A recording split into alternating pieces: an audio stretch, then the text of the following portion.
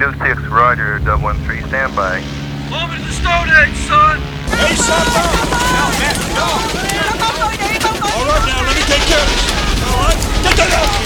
Sorry. Come here now. All right. No, man, sorry. Can't go. Jimmy! 112, 013, Roger. They need some napalm down in the tree line. Can you get twisted around time to put it down here? Right, 13, you were fixing to fuck with it. What's the target? I'm gonna press some mortar fire off the tree line down there. Roger, here we go. Good. Give it all you got and bring in all your ships. Wing abreast. Let him back to me like chopper. Get him back to the hospital. Yes, sir. No. You gotta go with him. Come on, go. Get it out of here and tell my guys I'm on my board. Big Duke 6, this is 013. The jet's being bond now. There, you got about 30 seconds to on station. Get your people back and head down. This is gonna be a big one. Don't worry. We'll have this place cleaned up and ready to Jimmy, son. Don't you worry. Give me those shorts. These are from the air cab. A present for me and the boys. I want to see you do your stuff in them. Out there, okay?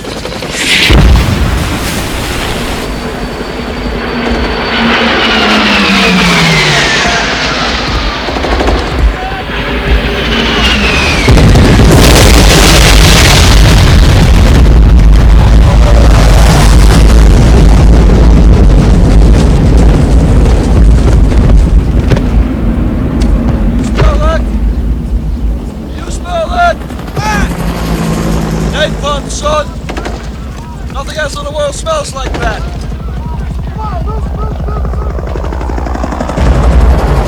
I love the smell of napalm in the morning.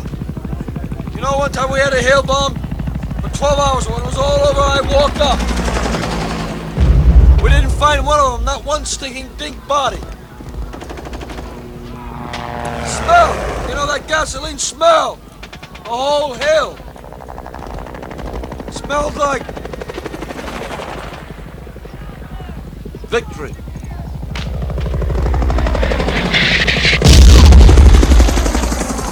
Someday this war's gonna end. I have come here to chew bubblegum and kick ass. And I'm all out of bubblegum.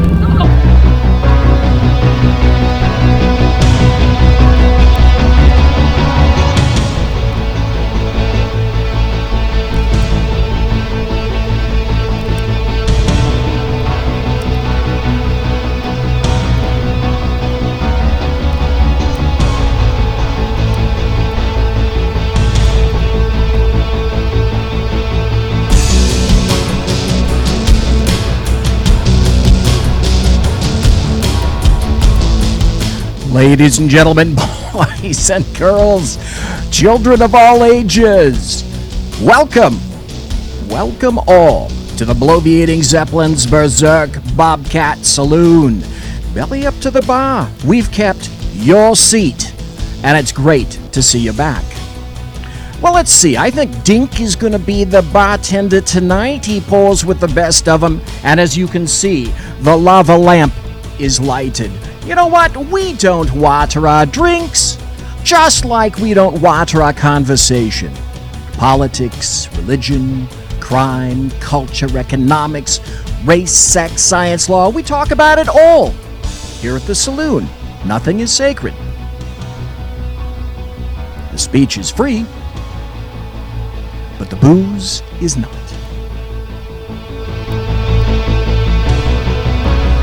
We ask is do you flush the toilet, jiggle the handle, and don't forget to tip your waitress. Tonight, on the Saloon, people have asked me and they've said, BZ, because that's my name. They've said, BZ, when is it that you're going to open up the darn phone lines and let people call in? Then there were the contingent of persons who said, you know what? If you open up the phone lines, no one's going to call in. So, I'm waiting for no one to call in. Tell you what, after we get through the first half hour, that's exactly what we're going to do. At the bottom of the hour, wherever you are in the United Snakes of California, United Snakes, wherever you are. After the bottom of the hour break, I'll give you the number, and you can call in. You're invited. Now, whether you will or not, whether you find yourself with the gumption to do that, well, that's something entirely different. In any event, this was another one of those darn weeks that had absolutely no news to it whatsoever. Nothing at all. So tonight, I think we'll talk about birds, maybe automobiles. Perhaps, no, we're not going to do that. No. We're going to talk about Jeff Sessions. We're going to talk about Jim Comey. All right, this is from last week, I know, but I had so much that I wanted to say about this, and so many things that I wanted to point out about it, that I was going to go ahead and do it anyway. So, I know maybe you're thinking, BZ, Jim Comey, that's so last week. This week is Jeffy. Well, fear not, we're going to talk about Jeffy as well. All sorts of things to say, all sorts of things to think.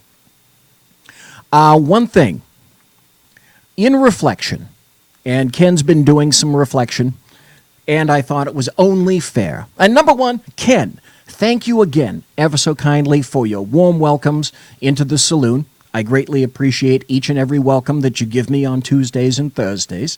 That's a wonderful thing. I think it's grand, and it's really, really appreciated. Just a programming note from me to you, because I don't quite know where it's going to go.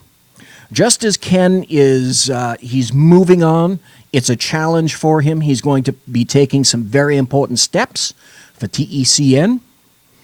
And folks, if I were you, if you are so inclined, and I bet you are, when Ken opens it up, gives the link, etc., and opens up TECN for subscription, my thought to you is, you know what? I think you'd best subscribe. And make sure that you support Ken McClinton, because he is, after all, the exceptional conservative. Oop, I've almost forgotten my manners. Where am I? Darn me.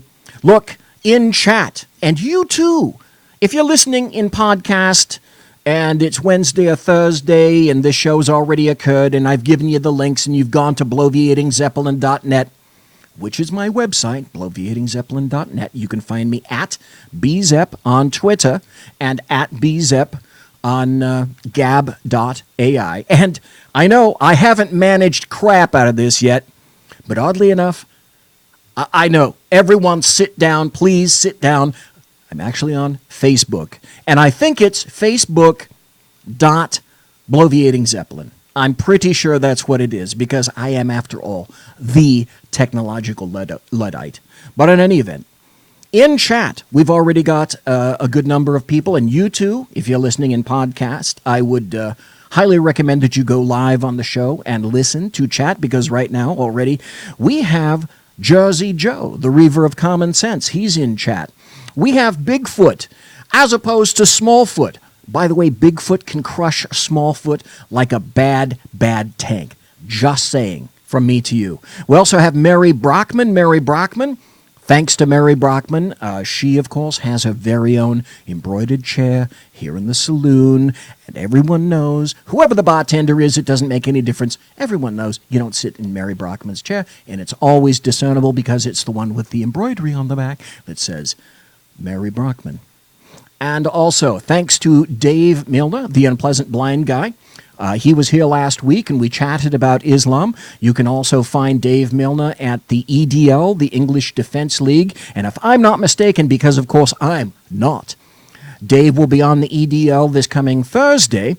And Dave is the unpleasant blind guy. There's Mike. And so thank you. And two viewers who have not been unmasked, because everyone already knows it's the policy of the saloon not to unmask anyone. That's the government's job. Excuse me, that's the Obama administration's job, not mine. You will not be unmasked unless you wish to do so. In any event, huzzahs and kindness to Ken McClinton, who's been a very good supporter of me throughout the time. And it's been darn near 6 months since I started the show. And Ken's, I'm sure, doing a little bit of reflection, and I'm doing a little bit of reflection as well. Just to give some people a heads up, I may be having my own little challenge or series of challenges in the future. I'll let you know if that does, in fact, affect the show, but I'm just giving you a little bit of a heads up that there are some things in the offing, kind of depending on which way the prairie winds blow of life, that I may be affected for a while. Just quite don't know yet. But in any event, if the Saloon happens to shutter for a while, let me not forget to mention you must go to TECN, to the Exceptional Conservative Network. Continue, please, listening to the SHR Media and also HPP High Plains Pundit and HPP High Plains Pundit Radio, because these are the places where you're going to find yourself enlightened and lifted. So, in any event, because we know that we're going to be talking about Jeff Sessions, let's see. It seems to me that, I think it was last week, Judge Napolitano, prior to the inquiry that occurred today at the Senate, in the Senate committee, Judge Napolitano actually said this. Testimony. I do not, as much as I want to hear him, and as much as I know the public wants to hear him, if he had asked my advice, I would say it is not wise for you to do this. Why? You are going to be attacked personally, and you're going to have to defend yourself. Now he's talking about recommending, or in this case, not recommending Jeff Sessions going into the big Senate room and testifying. You are the head of the Justice Department, and you're going to have to defend it. That includes Bob Mueller. You are close to the president, and the president expects you to give his version of events which contradict Jim Comey's version. What do you do when those three constituencies, you yourself, the Justice Department, and President Trump, have conflicting interests? Which side do you take? What answer do you give? The Democrats are going to start right off the bat. Oh, yeah. You committed perjury. You lied to the Judiciary Committee. And then when you corrected that statement, you committed perjury again. I'm mouthing what I expect them to say, so I don't believe this I mean, myself. clearly, one of the first questions is going to be, why did you not report that you had met with Kislyak 3 times? Correct. The meetings with Kislyak. But what if his answer is good? What if his answer is, look, here's the content of our meeting. I'll tell you exactly what was said. This third meeting, his people are now saying that, But see, what we're finding out is they weren't meetings per se, because Jeff Sessions had some important things to say in his opening statement. We'll be getting to that. they were on a line, a receiving Right. line, and that it was not a meeting at all. The meetings with Kislyak, in my view, are either standard operating procedure or utterly harmless. But why- Bingo. Thank you. That's why I listen to Judge Napolitano, and that's why I play him here for you in the Saloon. Why leave it off mean then? it. Why didn't he report it? Correct. That's the question. And that's the problem. The problem is lying to Congress, or, this is the more difficult one, misleading Congress. One can be technically truthful and therefore not be charged with perjury, but misleading and therefore charged with misleading. Now, he's a lawyer. He's a smart lawyer. He's the chief prosecutor of the land. He knows this, but he's got to be mindful of it. Those are some interesting points, of course. Judge Napolitano, I give a lot of weight to what he says. My guess would be that most of you, or at least some of you, have heard a bit about, or have actually heard the testimony today of Jeff Sessions, Attorney General Sessions. And I have to admit, I still have a bit of an issue with him recusing himself. Doing that up front, I suspect that he did that in terms of he was attempting to be graceful, gracious, shall we say. I'm not convinced that worked in his favor, but in any event, the day before, in other words, yesterday, on one of my favorite show hosts, Tucker Carlson, because I really enjoy listening to the things that he says, Tucker Carlson said this. Not knowing what Sessions would say today, Tucker Carlson said this yesterday. Attorney General Jeff Sessions is scheduled to testify tomorrow before the Senate Intelligence Committee. The subject, needless to say, is Russia. That's pretty much the only thing Washington can talk about or respond to at the moment. Sessions may strike you as an unlikely Putin conspirator, having spent virtually all of his 70 years living in or representing Alabama. That's an awfully I'm sorry. That's funny. long way from Moscow in every sense. Doesn't matter.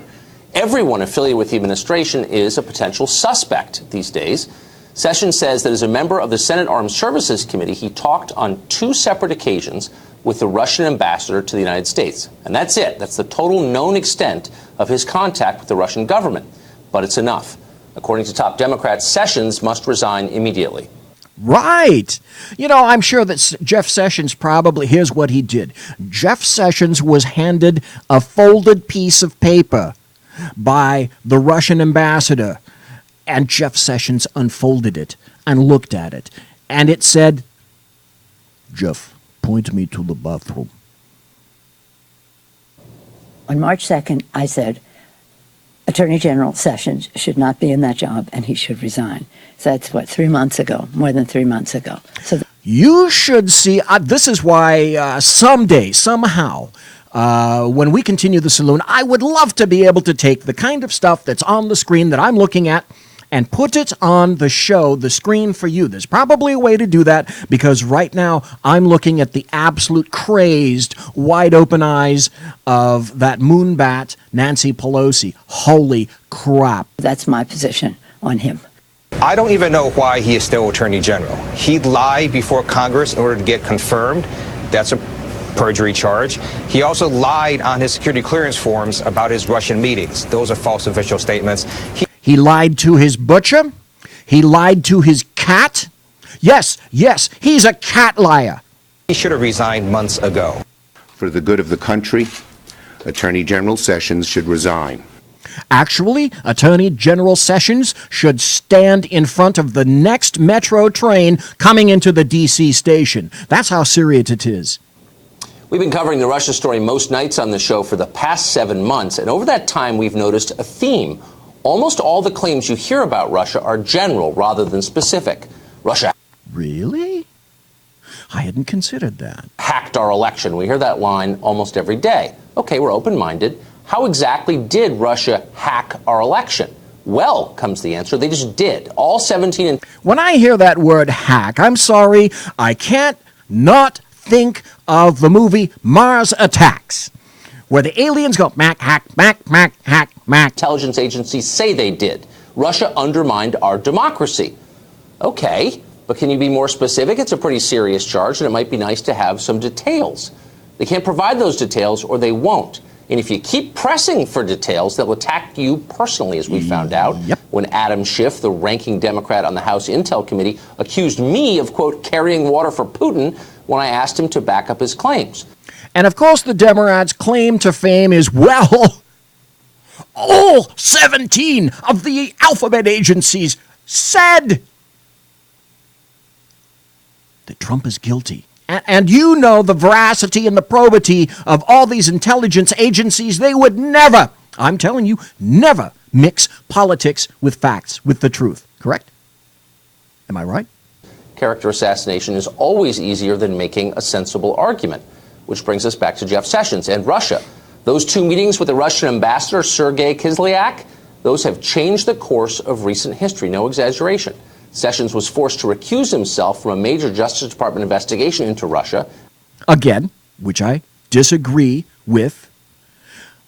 But it's part and parcel, and this is another one of the damn reasons why so many people are upset with the Republicans and quantify them as rhinos. Dudes, grow up hair. I know women in the GOP with more testosterone than the bulk of Republicans. And then fend off insinuations that he somehow committed treason because of those meetings. So what were the meetings about? What were they like? Well, since nobody accusing Sessions of wrongdoing seems to know or care, we decided to find out ourselves. So this is interesting. Over the weekend, we tracked down an eyewitness to one of those meetings. It took place at the Republican National Convention in Cleveland the first week of July last summer. It was an event called Global Partners in Democracy. Turned out to be a not very scintillating gathering that's staged every 4 years and has been for decades on behalf of scores of foreign diplomats who want to see how American politics works. So Sessions gave a speech, and as he left the stage, about 15 ambassadors walked up to say hi to him. Oh, no! Oh, no, this is the worst thing possible! Because in those ambassadors, there could have been, oh my God, what if there was not just one Russian ambassador in that pack, but two? Kislyak was among them. That was the total extent of the meeting right there. Sessions and Kislyak never broke away from the group to talk privately. They never exchanged cash or microfilm or secret messages. See, what did I tell you? Cash and microfilm. We know this from the person we talked to, who was just a few feet away when it happened, but also because that room was filled with more than 100 other witnesses. Well, what they did is they put the cloak of invisibility over them. They conducted their business, and no one knew about it, and now you know why. That includes agents from American diplomatic security in Washington and a number of Obama political appointees from the State Department. They're all standing around as this secret meeting took place. It was a total nothing burger, quote, says the person who saw it, who, by the way, has never worked for Sessions, doesn't even really know him. Quote, I was shocked by how it has been distorted. Well, if you're shocked, you haven't been paying attention. This kind of thing is happening all over Washington right now. Guilt by association, attack by innuendo, classic witch hunt stuff. You ought to be worried about it, too, because if Jeff Sessions can be denounced as a Russian spy, anyone can be. That's the point. If Jeff Sessions, and you know what, an oppressive individual, you can look by his demeanor. You can see how incredibly oppressive Jeff Sessions is. He's 6 foot. You didn't know this. Jeff Sessions is 6'11", weighs 330 pounds. And if you think James Comey loomed over individuals, if you think Lyndon Baines Johnson loomed over individuals and backed people into a corner so that they felt uncomfortable and rivulets of sweat were dripping down their faces, you don't know Jeff Sessions, because that's the way he works. Everyone knows that. He's oppressive, mean, and evil. Just look at him. Well, Jeff Sessions, he had an opening speech today. And as we all know, Jeff Sessions testified before the Senate Select Committee. And there was, again, just as I quantified last week, because I'm going to go into it, just as I quantified last week's hearing with James Comey, it started out as a bit of kabuki theater, and then once again, it turned into theater of the absurd. But just when you thought that Jeff Sessions was going to be just a bit of a shrinking violet, it turns out that he wasn't quite so shrinking. It's the Democrats. It's their obsession with Russian collusion. Well, perhaps there is a collision in collusion. And the conspiracy. So after thanking the Senate Select Committee for a chance to talk and state his case, what happened is that Jeff Sessions essentially ripped into the people that he was addressing. And let's see if we can play this. I did not have any private meetings, nor do I recall any conversations with any Russian officials at the Mayflower Hotel. I did not attend any meetings at that event separate. Now listen to Jeff Sessions, and this is why he's so hated.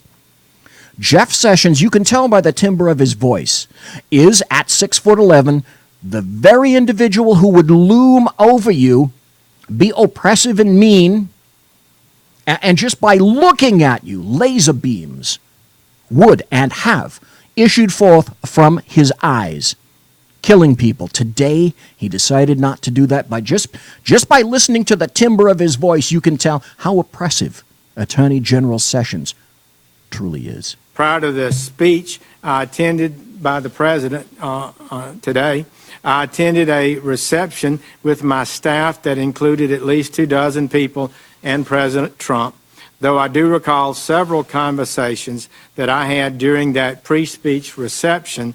I do not have any recollection of meeting or talking to the Russian ambassador or any other Russian officials. In other words, going along with what was said, he didn't leave, he didn't go into a secret room. My guess is he didn't even go into the bathroom when Kislyak handed him the slip of paper and said, "Was the urinal?"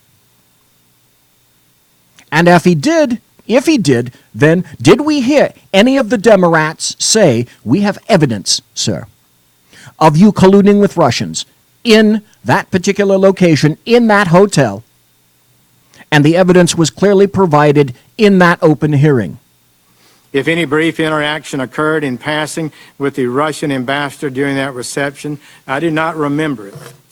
After the speech, I was interviewed by the news media. There was an area for that in a different room, and then I left the hotel. But whether I ever attended a reception where the Russian ambassador was also present is entirely beside the point of this investigation into Russian interference in the 2016 campaign. Bingo. Thank you. That's it. The investigation here was whether or not Russia had any influence in the American election, and how many fucking times do the alphabet agencies, Jim Comey, etc., have to say, 3 times, apparently, that the American election was not affected by Russia. That's not enough. That will apparently never be enough. So he said, let me state this clearly. I've never met with or had any conversations with any Russians or any foreign officials concerning any type of interference with any campaign or election. Further, I have no knowledge of any such conversations by anyone connected to the Trump campaign.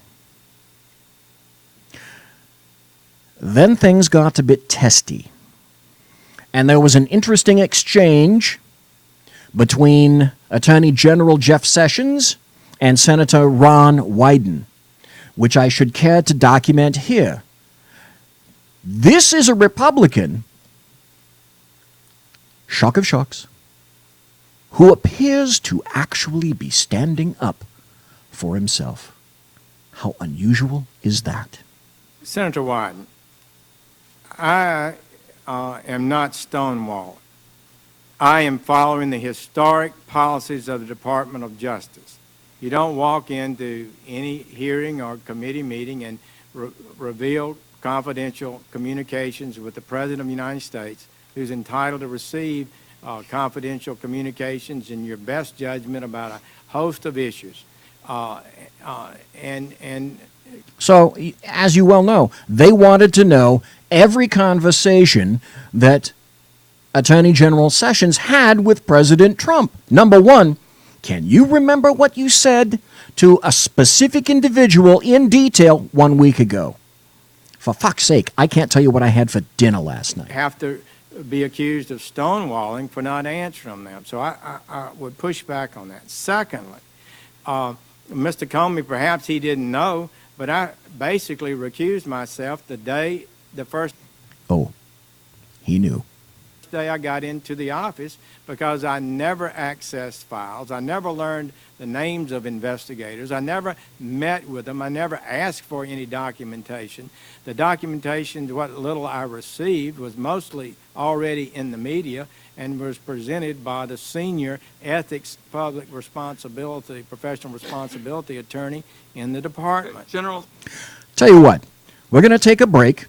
We're going to come back. Number one, thank you very much for listening to the Bloviating Zeppelin's Berserk Bobcat Saloon. Again, like we say, we got Mike in chat, we have Mary in chat, we have Dan Butcher in chat now, Dave Milner, Bigfoot, and Jersey Joe, and 2 unknown viewers. But in the meantime, I'll tell you what, please continue listening and come back after this. Conservative media done right. You're listening to the SHR Media Network. Breaking news. According to the latest report coming out of SHR Media, a merchandise store to support both the Reaver of Common Sense and SHR Media has just been unleashed to the general public. Be forewarned that this site can be contagious and numerous items can be purchased to support the best news programming. Go to Reaver.one website and click on the store link to check out the merchandise. Hello, I'm Matt, a student at Hillsdale College. Here is Hillsdale President Larry Arnn on the continuing relevance of the Constitution. Many argue today that the Constitution is outdated because it addresses problems peculiar to the 18th century. Some parts of the Constitution do read rather quaintly. Consider the injunction against titles of nobility in Article 1, Section 9 of the Constitution. But is that so outdated? The purpose of the injunction is to prevent the government granting special privileges to some for partisan reasons. This strikes at the heart of the rule of law. The crony capitalism so common today is a place where the government bestows favors and tax dollars on some businesses to give them a leg up over others. This is exactly the kind of thing the Constitution was meant to prohibit. The Constitution is not so outdated after all. This Constitution Minute was brought to you by Hillsdale College. To join the national conversation on the Constitution, go to constitutionminute.com. Times are dark. The people misled by corrupt politicians, lied to by establishment media, and deceived by the false messages of Islam. A nation in confusion needs a guide. It needs a man with a cane. I'm Dave Milner. Join me on Spreaker, SHR Media, High Plains Talk Radio, Live Rebooting Liberty, and YouTube for a unique brand of commentary on the unpleasant blind guy. Because truth is not always pleasant. In a world controlled by corrupt politicians, You got a business. You didn't build that. a team of ordinary men emerge from the ashes to give voice to the voiceless and hope to the hopeless. Sackhead Sean, Dude, I'm not saying cow for the stupid program. Sackhead Clint, All good friends of ours usually show up drunk. also starring Saka as the producer. I'm a little bit drunk, 'cause I'm drinking. They are the Sackheads Radio Show. Every Wednesday at 8 p.m. Pacific on shrmedia.com.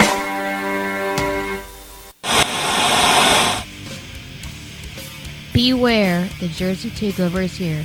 Every Monday through Friday, 11 a.m. to 1 p.m. Eastern Standard Time. You can catch the Reaver of Common Sense show, hosted by Jersey Joe, right here on shrmedia.com and highplainsdailynews.com. Only Jersey can deliver hell like no one else, so consider this your fair warning.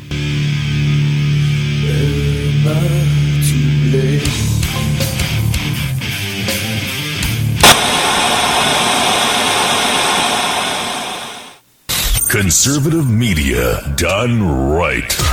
You're listening to the SHR Media Network. In a world where insanity reigns supreme and safety pin manufacturers are running out of metal for the diapers of the leftists, it's comforting to know an ancient, fat, long-haired, bearded reprobate has your mind in mind. Ladies and gentlemen, boys and girls, children of all ages, broadcasting behind enemy lines in occupied California. And despite every attempt by the SHR Media Network to revoke his shameless contract, we return to the bloviating Zeppelin's Berserk Bobcat Saloon.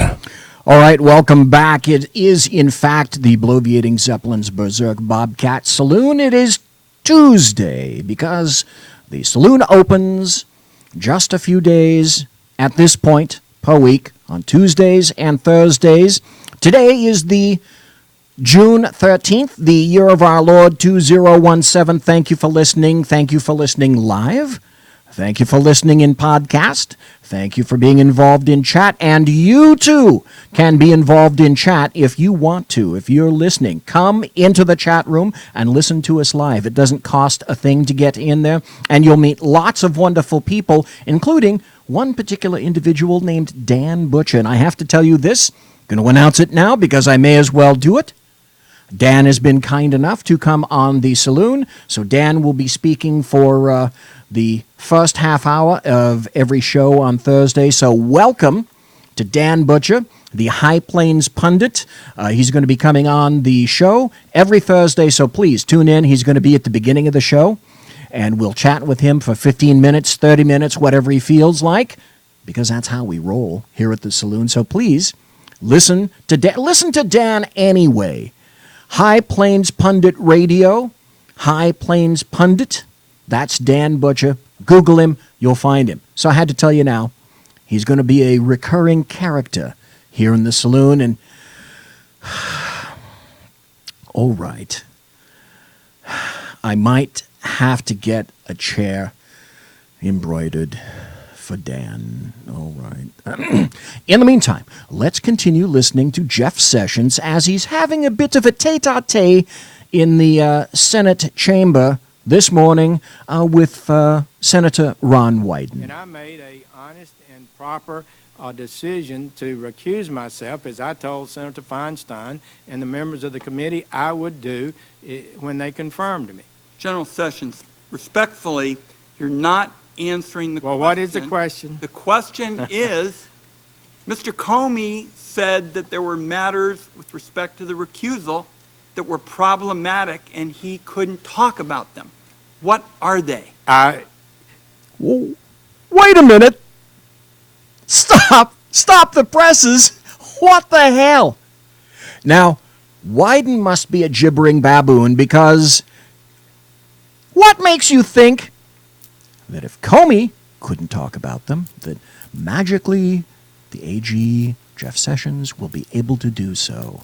How do you get that deduction? I don't quite grok that concept. Why don't you tell me? Uh-oh! Is this a GOP or Republican who is suddenly to the point where perhaps he clanks when he walks? Oh, this can't be. There are none, Senator Wyden.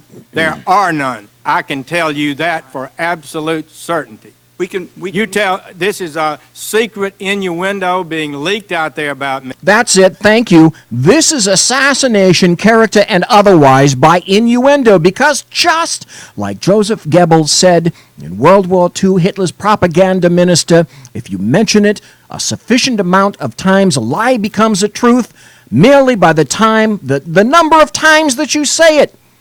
And the Democrats have been saying it for 7 months now, since November 9th of 2016. And I don't appreciate it, and I've tried to give my best and truthful answers to any committee I've appeared before, and it's really people are suggesting through innuendo that I have been not honest about matters, and I've tried to be honest. Okay, good for him. Kudos, props to Jeff Sessions. I wish a lot of other people would have said something similar to that in various hearings. But no, the weight is on the side of the leftists and the Democrats. Jeff Sessions, however, found himself semi-resurrected with logic and common sense. Senator Tom Cotton, who I greatly admire, stepped up to the plate. And this was the interchange. Well, I am on the side of the dais, so I can say a very simple question that should be asked. I am on this side of the dais, so a very simple question that should be asked is, did Donald Trump or any of his associates...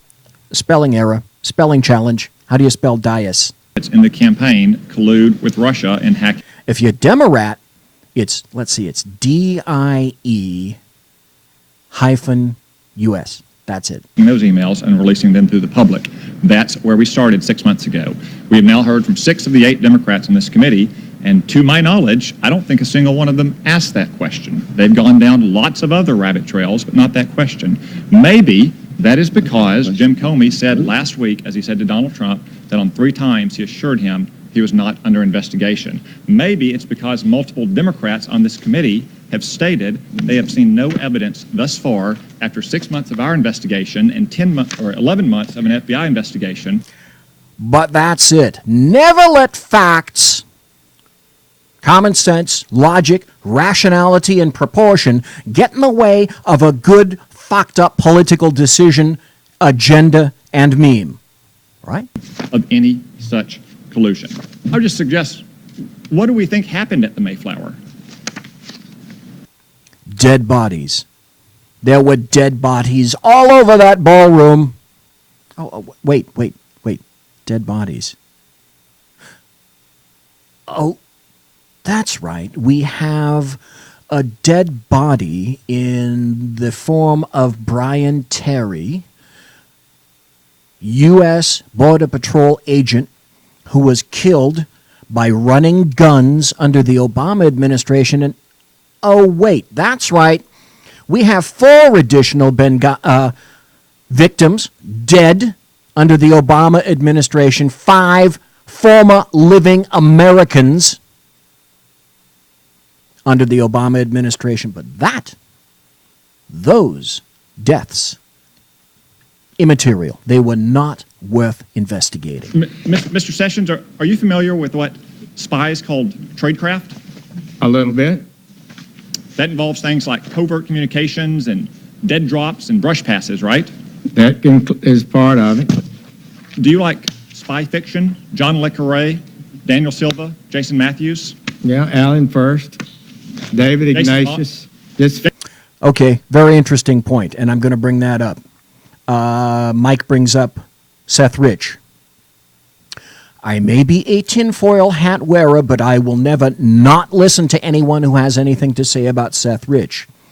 I think there is a potential out there for a lot more information about Seth Rich than we know now.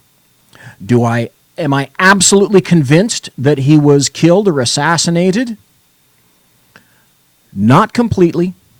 I am open to ideas, and I'm open to listening about that. Jason Ignatius's book. Do you like Jason Bourne or James Bond movies? No. Yes. I do.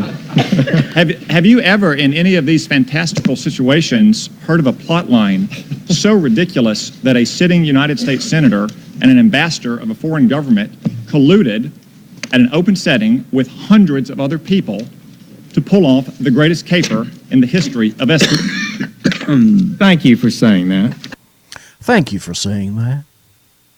Let's also go back to this. Now, Tom Cotton was referring to various spy novels and spy movies, action thrillers, etc., where a fiction writer or a screenplay author will dash out something, publish it in a book, you'll see it in the movie. But you can't write this. Who was it under the Obama administration? Oh, that's right, President Obama, who literally, right out of a spy novel, put pallet after pallet of U.S. cash into a C-17 and flew it over into Tehran, Iran, in order to pay off the Iranians. You can't feature that. You can't write that shite. Yet no one wants to acknowledge that because the 6'11", terribly oppressive Jeff Sessions had to be within 50 yards of a Russian ambassador. He can go to hell. Senator Cotton, it's just like through the looking glass. I mean, what is this?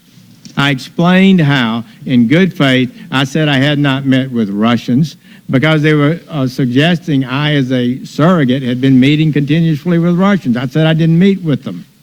And now the next thing you know, I'm accused of some reception, plotting some sort of influence campaign for the American election. It's just beyond my capability to understand, and I really appreciate, Mr. Chairman, the opportunity at least to be able to say publicly, I didn't participate in that and know nothing about it. Right, because Cotton he's not looking to rip Jeff Sessions' heart out of it, beating heart out of his chest, clutching it, dripping blood, and jam it onto a spike for all leftists and Democrats to see. And I gather that's one reason why you want to testify today in public. Last week, Mr. Comey, in characteristic dramatic and theatrical fashion, alluded ominously. Oh, we're going to talk about that. To what you called innuendo, that there was some kind of classified intelligence that suggested you might have colluded with Russia or that you might have otherwise acted improperly. You've addressed those allegations here today. Do you understand why he made that allusion? Actually, I do not.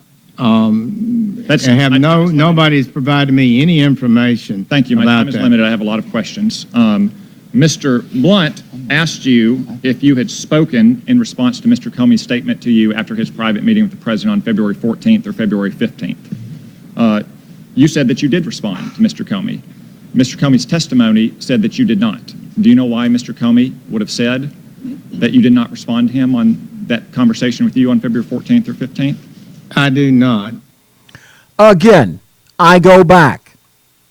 Logic, common sense, rationality, proportion.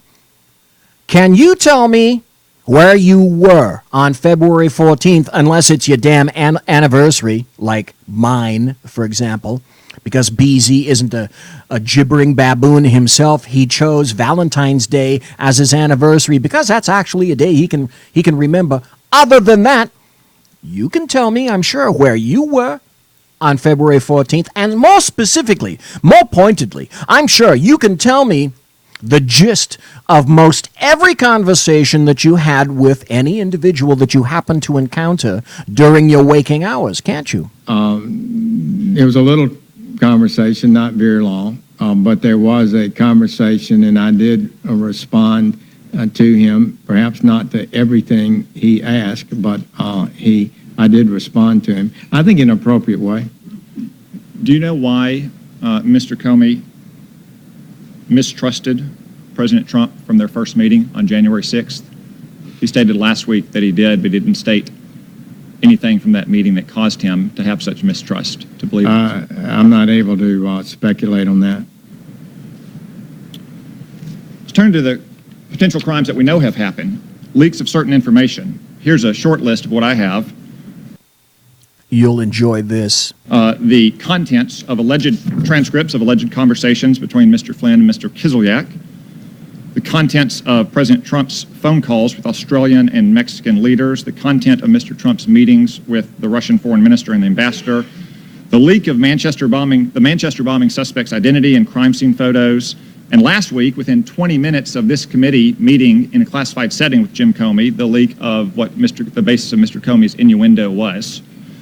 Are these leaks serious threats to our national security, and is the Department of Justice taking them with the appropriate degree of seriousness in investigating and ultimately going to prosecute them to the fullest extent of the law?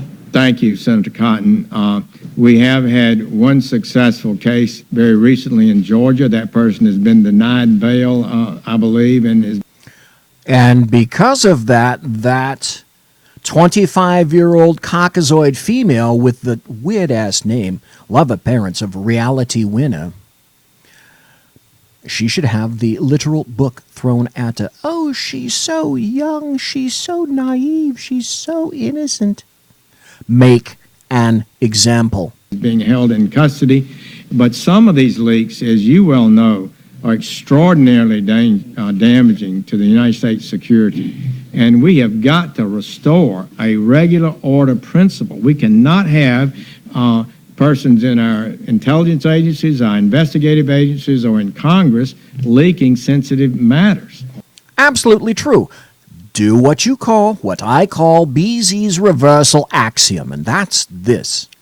What do you think would happen had all these leaks occurred, say, under Obama, and there wasn't evidence yet, because it's early in the investigation, but what do you think would have happened had all these leaks occurred under Obama? Trust me, the American media maggots would be shitting their pants. The Obama administration would be shitting their pants. And they'd all be pants shitting together in one massive collusion of hysteria. On staff. So this is, I'm afraid, will result in, is already resulting in investigations.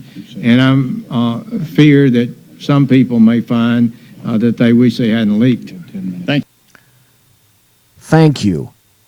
Finally, an adult in the room telling us the truth for once, saying that, there actually need to be consequences for what you do and your actions. Thank you. My time has expired, but for the record, it was stated earlier that the Republican platform was weakened on the point of arms for Ukraine. That is incorrect. The platform was actually strengthened.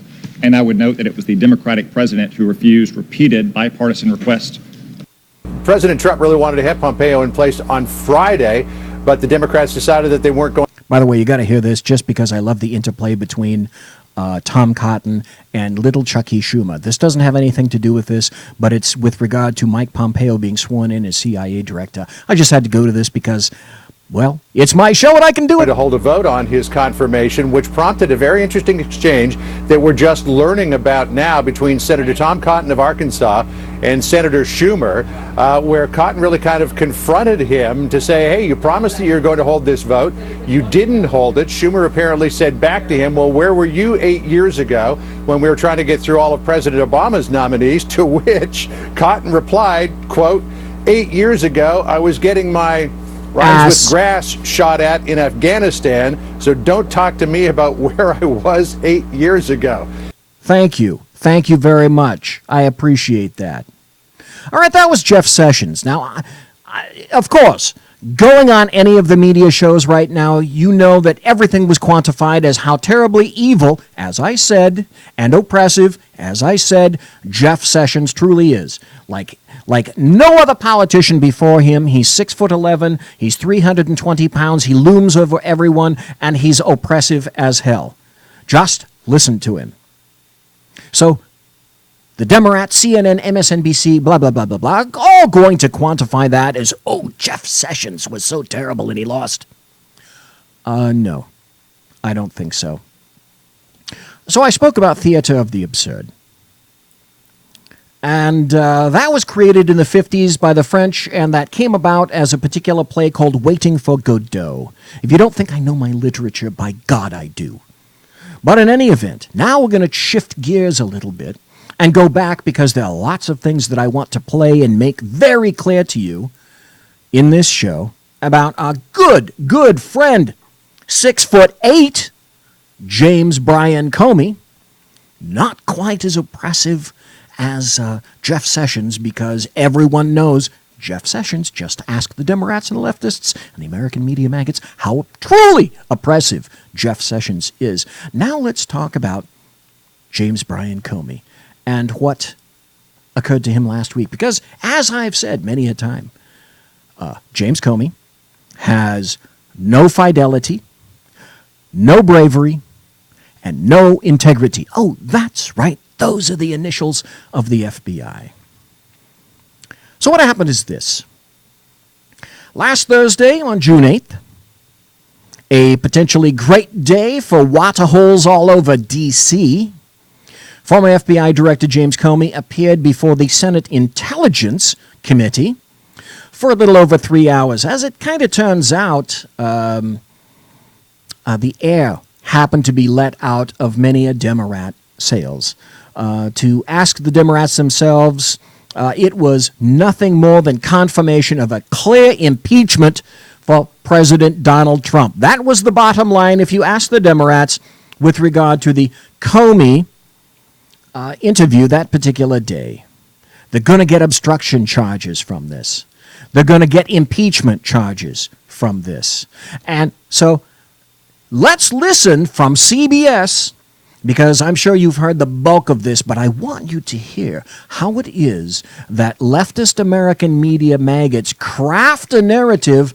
This is their interpretation of what actually occurred in their true minds of that particular testimony last Thursday.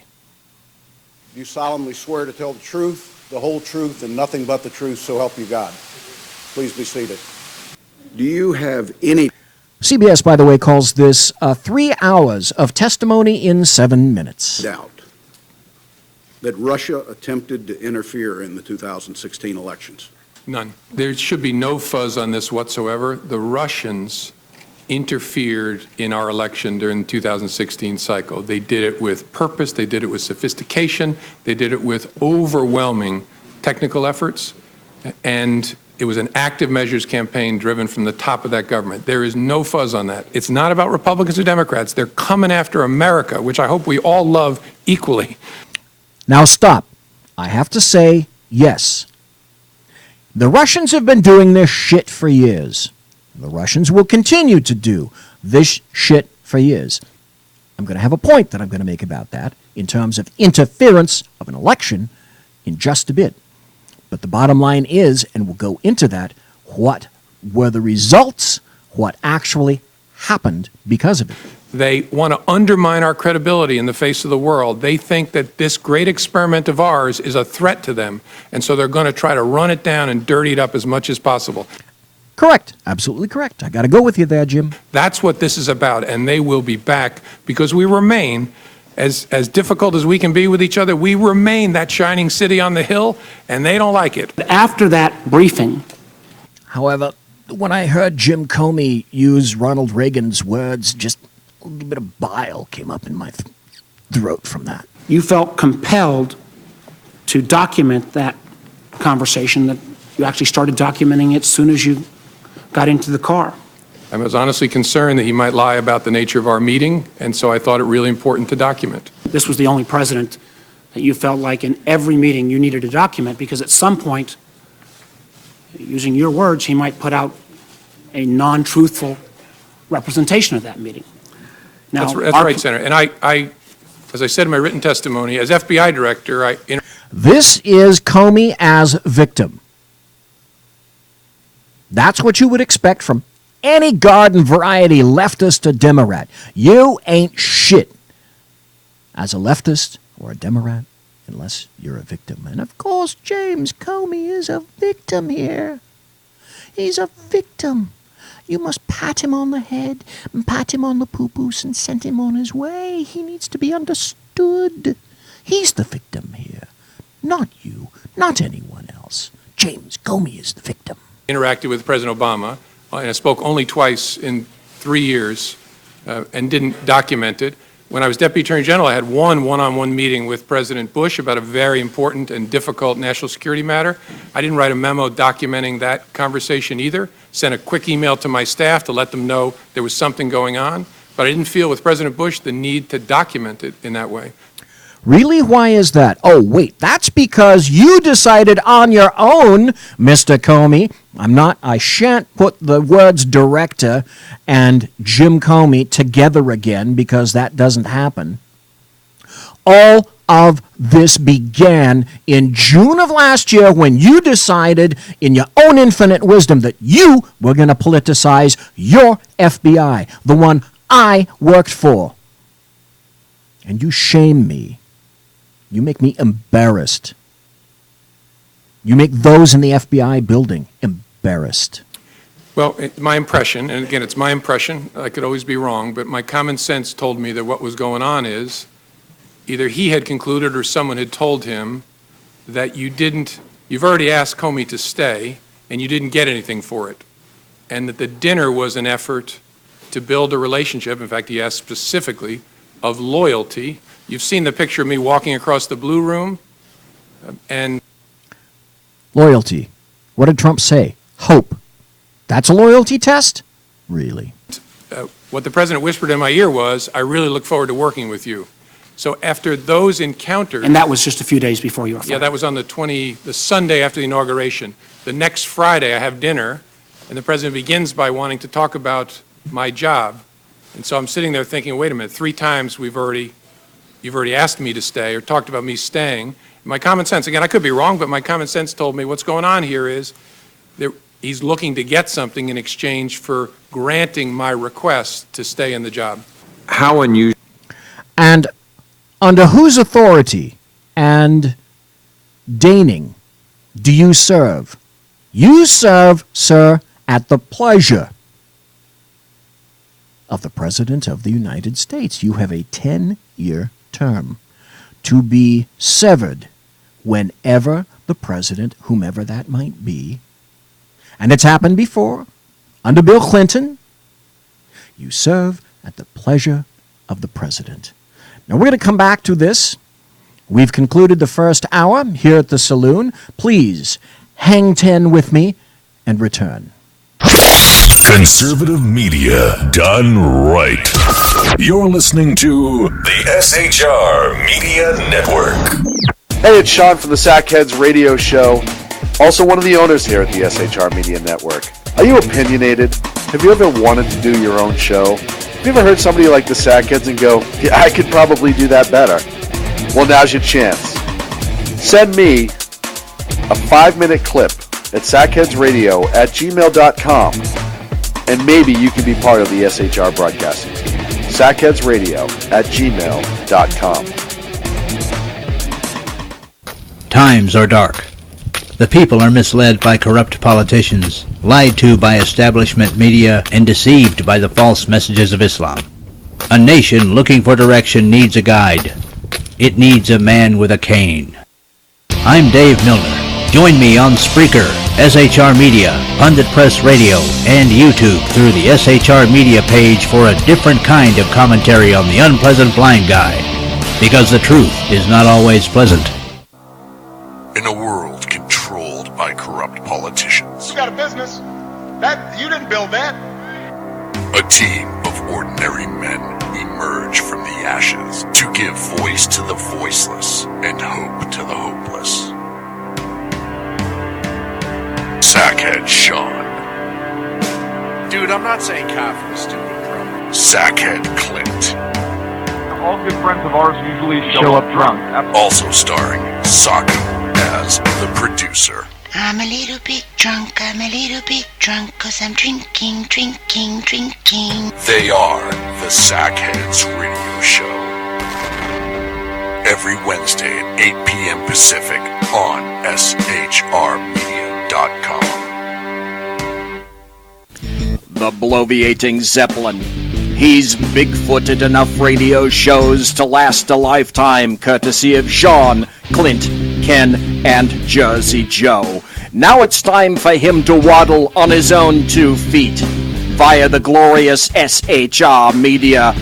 Gird thy loins for the bloviating Zeppelin's Berserk Bobcat Saloon, coming soon to ossicles near you. Excelsior. Conservative media done right. You're listening to the SHR Media Network.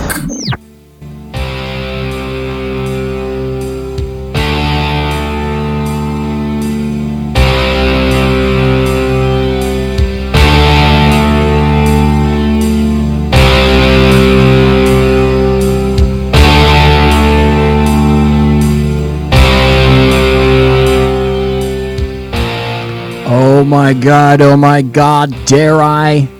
Well, people are asking in chat. And yes, I dare. Why not? All right, if you want to call in, I've got my Skype up. The only thing I ask at this point in terms of technology is if you have Skype and you're on video, I'm just asking that you take the video off and preferably call by a regular telephone, because for whatever reason, it's either me or the equipment. I blame the equipment. You're going to blame me. I know how that goes.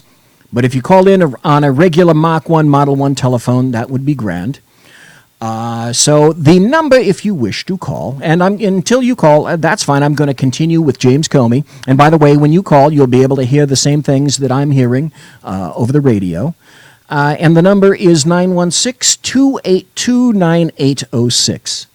For those of you who just tuned in, that's 916-282-9806. That number in Bolivia is 72777-423-95X3. Remember, the 3 is silent on that. So we're going to go back and speak to, we're going to have James Comey continue with people's testimony. How unusual is it to have Go, James. a one-on-one dinner with the president? Did that strike you as odd? Yeah, so much so that I assumed there would be others, that he couldn't possibly be having dinner with me alone. Why didn't you stop and say, Mr. President, this is wrong. I cannot discuss this with you? It's a great question. Maybe if I were stronger, I would have. I was so stunned by the conversation. That's right. That's why you pay an FBI director. You pay an FBI director to be stunned, not to be stalwart and do his job. You pay the FBI director to be stunned, of course. That I just took it in. And the only thing I could think to say, because I was playing in my mind, because I was remember every word he said, I was playing in my mind, what should my response be? And that's why I very carefully chose the words. And look, I've seen the tweet about tapes. Lordy, I hope there are tapes. Lordy, I hope there are tapes. I like that expression. Lordy. Lordy, I hope there were tapes. I remember saying, I agree he's a good guy, as a way of saying I'm not agreeing with what you just asked me to do. Did you show copies of your memos to anyone outside of the Department of Justice? Well, here we go. It looks like Mike is calling. And Mike, if you can hear me, you're on the air. Can you hear me, sir? Mike? Earth to Mike. Are you there? Okay. Heavy sigh. See, it's all about me and technology. Let's make sure that I haven't turned this off. I haven't. That's on. Mike, are you there? Damn it, Jim! I hate this when this happens. All right, see, that's what I get for not having a producer. Okay, let's try it again. I am here, BZ. I'm here. Okay. Outstanding. What do you have to say, Mike? Go. Oh, this guy Comey, who is not very intimidating at 6'8", correct? I mean, like you said, Jeff Sessions, who's 7 foot 1 inch tall and 500 pounds. Right. Is more intimidating than that. But Comey, who's 6'8", Comey is a liar, of course, but also Comey is an obfuscator, and I guess you're going to get into this, but oh yes, look at who they're staffing this, who Mueller is staffing his team with. Yes, all kinds of yes, good friends, wonderful friends. Hey, Comey. Yeah, good friends. People are going to be very fair to the president and very fair to the president's people. This is going to be one of the most fairest investigations ever, isn't it? It certainly is. Now, I'm not going to have time to read it tonight. I'll probably do it next Thursday after Dan Butcher comes on the initial show. But I've got two great articles that I'm going to read to everybody next Thursday from Byron York. One of them is about this wonderful Robert Mueller and where he comes into the big scope of it all. And the other one is what Trump ought to be doing and what Trump needs to make in terms of plans for the future. But hey, you're right, Mike. There's no kindred spirits between the two because, after all, Comey was FBI director. Oh, and that's right, Robert Mueller was also an FBI director. They have nothing in common. Nothing, all right? Right, Mueller. Right. That's it. And one other thing, just a side note of entertainment side note, we lost a very big time guy over the weekend in Adam West. Yes, we did. He was 88 years old. And by the way, also 2 days ago was the passing of John Wayne. He was age 79 when he passed. His last movie was The Shootist with, of all people, Ron Howard, who is now a bald director. Isn't that right? Weird? Isn't that weird? And look, out of everybody in that show, in that Batman 66 show, there's only 4 people left from that show. Well, 5 if you count the woman who played Legs. But there's the guy who played Robin, of course, and there's 2 cat women that are just left out of the main characters of that show. So Lee Merriweather and Julie Newmar, and of course, I'm blanking on his name, but the guy who played Robin. Right, Burt Ward. Those guys. Burt Ward, yeah. His name was. Those guys are the only guys left. Yep, off that show. But as far as Comey goes, I like what Hannity calls him, J. Edgar Comey. He was called J. Edgar Comey for quite some time. Hey, thank you for the call, Mike. Appreciate it, sir. You take care. Yeah. Thank you kindly. All right, there we go. We had a particular call. And folks, if you want to call in, here's the other thing, though. When Skype comes up, though, I've noticed that mic levels for me go way down, so I'm going to have to really jack up my mic levels, because if another person calls in, oh my God, is that going to go over the top? Well, at least the phone works really well. Let's put it that way. And also, we were talking about James Comey. The James Comey testimony by CBS is going to continue now. Yes. The President tweeted on Friday, after I got fired, that I better hope there's not tapes. I woke up in the middle of the night on Monday night, because it didn't dawn on me originally, that there might be corroboration for our conversation. There might be a tape. And my judgment was I needed to get that out into the public square. And so I asked a friend of mine. Yes, you know what that was? Political arse covering for him. I have never in my time, and I've been around this planet for 7 decades now. I know I don't look quite that old. I look as though I'm like 25. I know. You can go ahead and say it.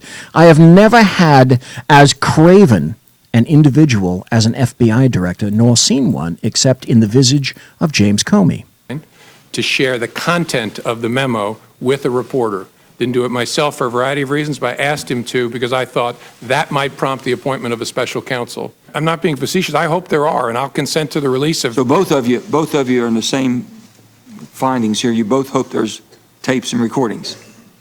Well, have you noticed, by the way, what is conspicuously absent in this tete-a-tete assembled by CBS News? I'm sure you do. All I can do is hope. The president surely knows whether he taped me, and if he did, my feelings aren't hurt. Release the. Wait, hope is okay for Jim Comey. Hope is bad, evil for Donald Trump. Release all the tapes. I'm good with it. Gotcha. I don't think it's for me to say whether the conversation I had with the president was an effort to obstruct. I took it as a very disturbing thing, very concerning. But when you get when a president of the United States in the Oval Office says something like "I hope" or "I suggest" or "Would you," do you take that as a directive? Yes, yes, it rings. You know how you take as a directive if you're in, say, a paramilitary or a military organization? You take the words, 2 words, will and shall. That's a directive. Hope. No fucking way. My ear is kind of, will no one rid me of this meddlesome priest? I was just going to quote that in 1170, December 29, Henry II said, "Who will rid me of this meddlesome priest?" And then the next day he was killed. Was your decision influenced by the Attorney General's tarmac meeting with the former President Bill Clinton? Yes, in a ultimately conclusive way. That was the thing that kept. Uh-oh. Uh-oh, this is where sphincters started clenching all around D.C. when he started to go here. For me that I had to do something separately. And then you made a comment earlier about the Attorney General, previous Attorney General, asking you about the investigation on the Clinton emails, saying that you've been asked not to call it an investigation anymore, but to call it a matter. More sphincter clenching. Oh, my God. Oh. Did he really go there? And you had said that confused you. Can you give us additional details on that? Well, it concerned me because we were at the point where we had refused to confirm the existence, as we typically do, of an investigation for months. And it was getting to a place where that looked silly because the campaigns were talking about interacting with the FBI. Now, we're going to have more information on that. But there was an interesting interchange that occurred between Marco Rubio, of all people, Marco Rubio and James Comey, in which a particular, to me, an incredibly important concept was nailed down and laid to rest. Senator Rubio. Thank you. Director Comey, the meeting in the Oval Office where he made the request about Mike Flynn, was that the only time he asked you to hopefully let it go? Yes. And okay, thank you. Yes, one time. Hope. He said hope to Jim Comey one time. In that meeting, as you understood it, he was asking not about the general Russia investigation. He was asking very specifically about the jeopardy that Flynn was in himself. That's how I understood it, yes, sir. And as you perceived it, while it was a request that you hoped you did away with it, you perceived it as an order, given his position, the setting, and the like, and some of the circumstances. Yes. At the time, did you say anything to the president about that is not an appropriate request, or did you tell the White House counsel that is not an appropriate request? Someone needs to go tell the president that he can't do these things? I didn't, no. Now, Mary Brockman makes a very interesting point in chat. She says that she believes that James Comey is a bit of a liar, not telling the truth, and she can hear it in his voice. That's kind of interesting because I've gone to some classes like that. I have some input. I went to classes by Paul Ekman. Google Paul Ekman, and you'll have an idea about what it is that I suspect about James Comey. Okay. Why? I don't know. I think as I said earlier, I think the circumstances were such that I was a bit stunned and didn't have the presence of mind. And I don't know, I don't want to... We pay Jim Comey to again be stunned, don't we? We pay James Comey to not have a presence of mind. He's making really good six-figure salaries year after... Oh, I'm sorry. He's only made them for 3 years. Darn it. Make you sound like I'm Captain Courageous. I don't know whether even if I had the presence of mind, I would have said to the president, sir, that's wrong. I don't... Hello? For someone who is hanging and has been hanging his hat for years on his probity, his ethics, now all of a sudden he finds them lacking?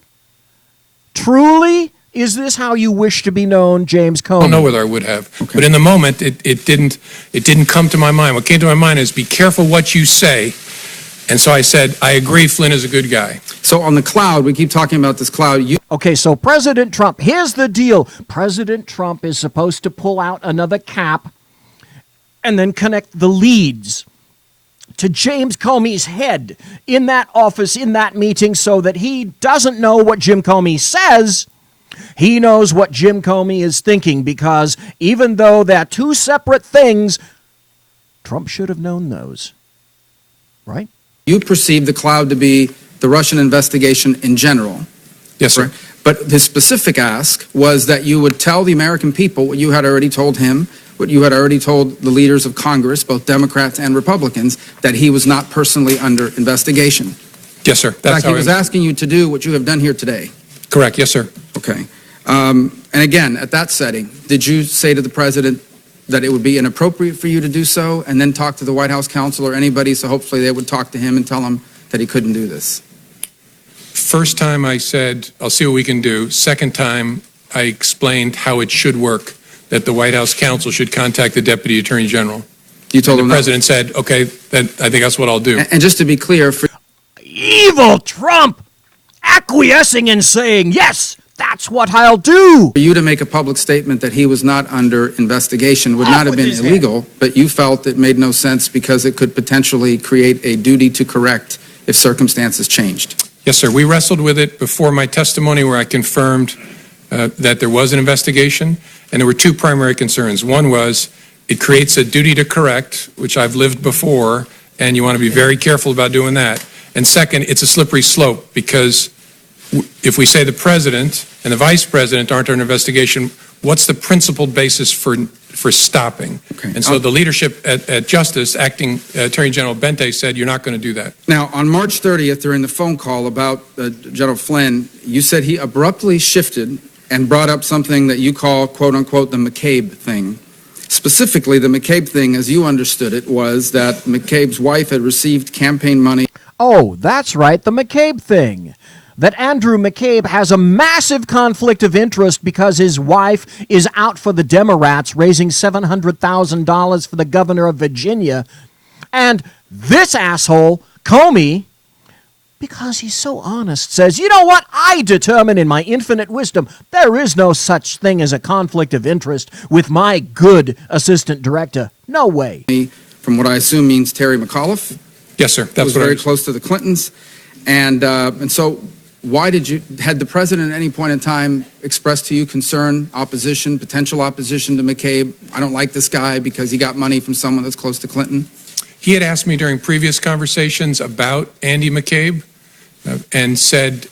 See, not Andrew McCabe, Andy McCabe, his good friend. Oh, wait, what do good friends do?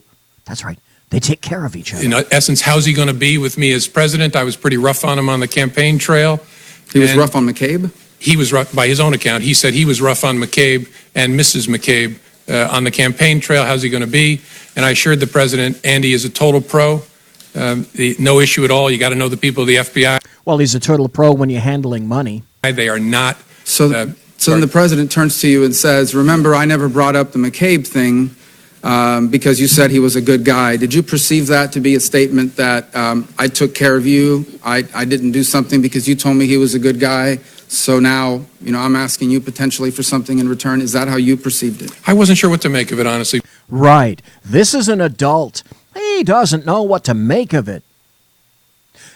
You're paying his salary for him to be indecisive. That's why we hire FBI directors. That's possible, but it was so out of context that I didn't have a clear view of what it was.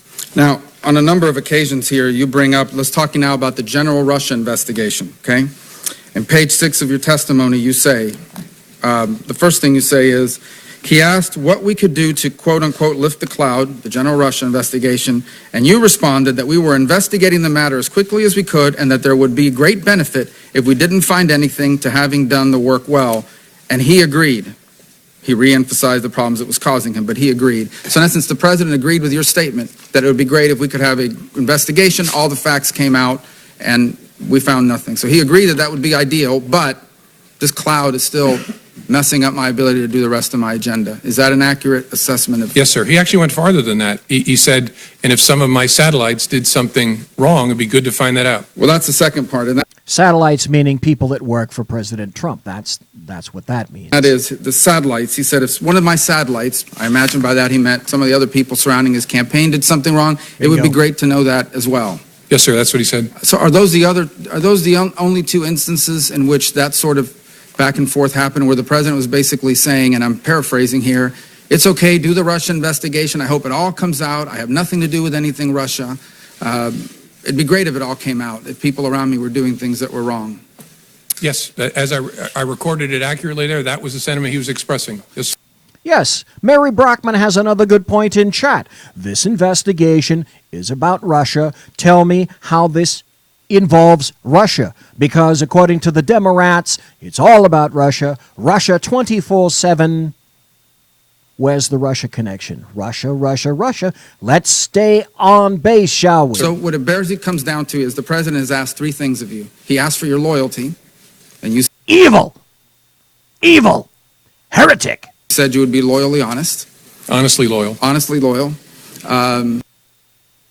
Honestly loyal. Oh, I could go places with that. He asked you on one occasion to let the Mike Flynn thing go because he was a good guy. By the way, you're aware that he said the exact same thing in the press the next day. He's a good guy, he's been treated unfairly, et cetera, et cetera. So I imagine your FBI agent. That's right, Trump needs to go to hell because Mike Flynn is a good guy. He said it, and it's been twice now that he said it. Evil! Just read that. I'm sure they did. The president's wishes were known to them, certainly by the next day when he had a press conference with the prime minister. But going back, the three requests were, number one, be loyal. Number two, let the Mike Flynn thing go. He's a good guy. He's been treated unfairly. And number three, can you please tell the American people what these leaders in Congress already know, what you already know, what you've told me 3 times, that I'm not personally under investigation? Those are the 3 things he asked. Yes, sir. You know, this investigation is full of leaks left and right. I mean, here comes the point. We've learned more from the newspapers sometimes than we do from our open hearings, for sure. You ever wonder why, of all the things in this investigation, the only thing that's never been leaked is the fact that the president was not personally under investigation, despite... Thank you. Stop. Do you remember 2 months ago when James Comey walked into the hearing room, sat down, and said 2 things? I can't tell you that we're investigating leaks or leakers, but I can tell you, and I have the approval of the DOJ to tell you that Trump is under investigation. Do you remember that? Despite the fact that both Democrats and Republicans and the leadership of Congress knew that and have known that for weeks? I don't know. I find matters that are briefed to the Gang of 8 are pretty tightly held, in my experience. Finally, who are those senior leaders at the FBI that you shared these conversations with? As I said in response to Senator Feinstein's question, Deputy Director, my Chief of Staff, General Counsel, the deputy directors, chief counsel, and then more often than not, the number 3 person at the FBI, who's the associate deputy director, and then quite often the head of the National Security Branch. Okay, so make no mistake. For weeks, leftists and Democrats waited breathlessly for the triumphant return of James Comey, the man they knew would skewer Donald Trump in public and finally provide damning evidence that he was linked inexorably to Russia and further directly into the office of Vladimir Putin. They would find Trump's monogrammed coffee cup in Putin's office, no less, along with Trump's gilt-edged chair, adjacent, that of good old Vlad. Then there were countdown clocks. Then there was bated breath, herring, likely. On the side of Democrats, leftists, never-Trumpers, and rhinos such as John McCain, Lindsey Graham, and Paul Ryan, bars were packed. Drinks were sold, chairs were occupied, lines were formed. This would be spectacular kabuki theater, in which jaded strumpets would put on their painted political masks, fraught with feathers, finery, frippery, and foppishness, but it transitioned from kabuki theater into theater of the absurd. The leftists and Democrats were indeed waiting for Comey. Let the steamrollering commence, shouted the Democrats and the leftists from the highest mountaintops to the lowest dungeon in the most marked of dudgeon. Except that, well, there was a bit of doddering disappointment. One of my favorite hosts, Tucker Carlson, happened to say this. Well, good evening and welcome to Tucker Carlson Tonight. Fired FBI Director James Comey finally got around to testifying before Congress this morning, the most anticipated moment so far in this endless Russia investigation. The hearing lasted 4 exhausting hours, but that was just the beginning. The analysis is next. The partisan lying, the moral preening, the purely unsupported speculative BS you see run on a continuous loop on the screen. That'll no doubt go on for weeks, if not years, as each faction tries to get the jump on writing its version of history. Our advice, approach it all with skepticism. There's an awful lot of propaganda out there. Here, in our opinion anyway, is what actually happened today and what we learned from it. First, all those leaks you've been reading about lately, at least one of them came from the director of the FBI himself. We know this. What a shock. Were you shocked? I was. Because Comey admitted it. After being fired, Comey concedes he sent a memo describing a meeting he'd had with the president to a friend of his, who then gave it to the New York Times. Comey explained he did this to try to force the appointment of a special prosecutor. It didn't dawn on me originally that there might be corroboration for our conversation. There might be a tape. And my judgment was I needed to get that out into the... Okay, question for everyone in chat. And if you're not in chat, well, just think it and maybe I'll get it, through the tinfoil hat that I'm wearing underneath this particular hat. Are there tapes in the Oval Office? And that's a poor word because there are no tapes anymore, just as there is no wiretapping. But does President Trump have a recording system in the Oval Office? What do you think? The public square. And so I asked a friend of mine to share the content of the memo with a reporter. Didn't do it myself for a variety of reasons, but I asked him to because I thought that might prompt the appointment of a special counsel. Ding, ding, ding, ding, ding. Winner. Well, second, we learned that many of the other leaks and big scoops from major news outlets are lies. In February, for example, the New York Times published a piece entitled "Trump Campaign Aides Had Repeated Contacts with Russian Intelligence." Ooh, fake news? And it cited those ubiquitous current and former American officials you see quoted in virtually every story these days. By the way, this is called the canine puzzlement look. This is what your dog does to you. You're going to have to see me on YouTube. This is a visual. The canine puzzlement look goes like this. You've seen your dog do it. Don't deny it. According to Comey, the article was garbage. That report by the New York Times was not true. Is that a fair statement? Yeah, in the main, it was not true. The people talking about it often don't really know what's going on, and those of us who actually know what's going on are not talking about it. And we don't call the press to say, hey, you got that thing wrong about this sensitive topic. We just have to leave it there. unless we're leaking to the press ourselves. But that wasn't the only lie that made it into the news cycle recently. On Tuesday, CNN cited an unnamed source to claim that James Comey would deny ever telling President Trump he wasn't under investigation. Trump claimed that he told him that 3 times. CNN said that's not true. Well, less than a day later, the release of Comey's opening statement proved that to be laughably false. Oh, no! See, that's the problem. The other problem came, like Tucker Carlson just said, the very day before Comey was to testify on Wednesday, June 7th, when Comey released a copy of his opening statement, which, damn it, punctured the hope balloon of leftists and Democrats and American media maggots everywhere. Comey revealed there was no open investigation of Donald Trump. He also revealed, as Trump stated in a tweet, that Comey had told Trump 3 separate times that he was not under investigation. Damn it, Jim. You know, shoulders sagged all throughout the nation. Those 2 points have been rapidly and not so shockingly glossed over by our loving American media maggots. They ended up being a glaring loser following Comey's testimony. Well, the Democrats and leftists emphasized there's certainly more buttery goodness coming, right, from Comey's testimony, right? Collusion, obstruction, right? Impeachment? Of course. They all cried in unison. That has to be the way it is. More was, in fact, to come. Just like Tucker Carlson said, more than they hadn't anticipated. More that didn't place either Comey or former Attorney General Loretta Lynch in a favorable light. It turns out that James Comey was himself a leaker to a friend of his named Daniel Richman. I'm a few minutes over. Damn me. We'll tell you what, we're going to have a break, and we'll be right back. Don't go away. Conservative media done right.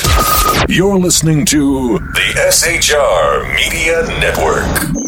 Hey, it's Sean from the Sackheads Radio Show, also one of the owners here at the SHR Media Network. Are you opinionated?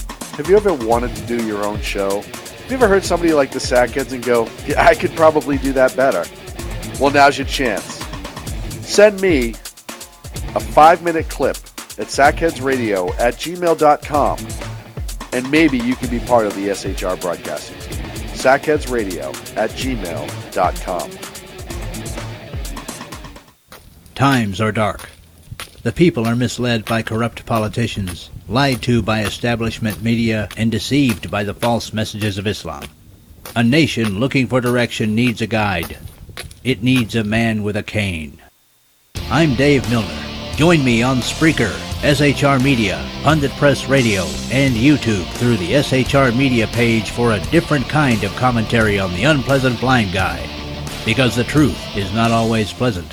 Hey, this is Mim from Freedom Fest, the world's largest gathering of free minds. Join your friends from SHR Media at the beautiful Paris Resort in Las Vegas, Nevada, July 19th through the 22nd for 3 amazing days of liberty-oriented discussion, investment advice, and the Anthem Film Festival. It's our big 10th anniversary, featuring keynote speaker William Shatner and Freedom Fest favorites, including Steve Forbes, Jim Rogers, Lee Edwards, David Boaz, Doug Casey, Dinesh D'Souza, John Stossel, Lisa Kennedy, Grover Norquist, Peter Schiff, and many more. Don't miss out. Register at freedomfest.com for $100 off the regular registration rate when you use the all-caps code SHR Media.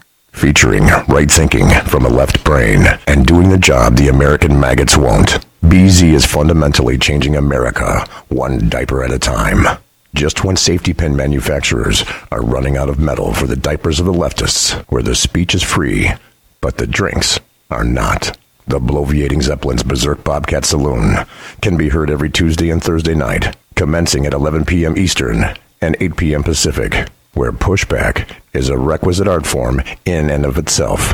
Let your ossicles be truly liberated when you listen to the Bloviating Zeppelin's Berserk Bobcat Saloon, only on SHR Media Network. No ferrets were harmed in the making of this ad. Conservative media done right.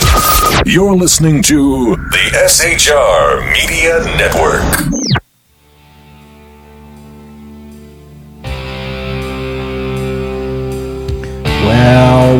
Well, well, well, it's the last segment here in the Saloon on Tuesday, June 13th, the year of our Lord, 2017. We had one phone call from Mike, and thanks, Mike, for doing that. The number, if you're interested in calling, is 916-282-9806. You're certainly welcome to call. We were talking about the lovely Jim Comey, leaker extraordinaire who leaked himself. Here's the big question. Here's a question that I have for everyone. He says the memos were leaked. Oh, hang on. We got a call. Go ahead, caller. Mark.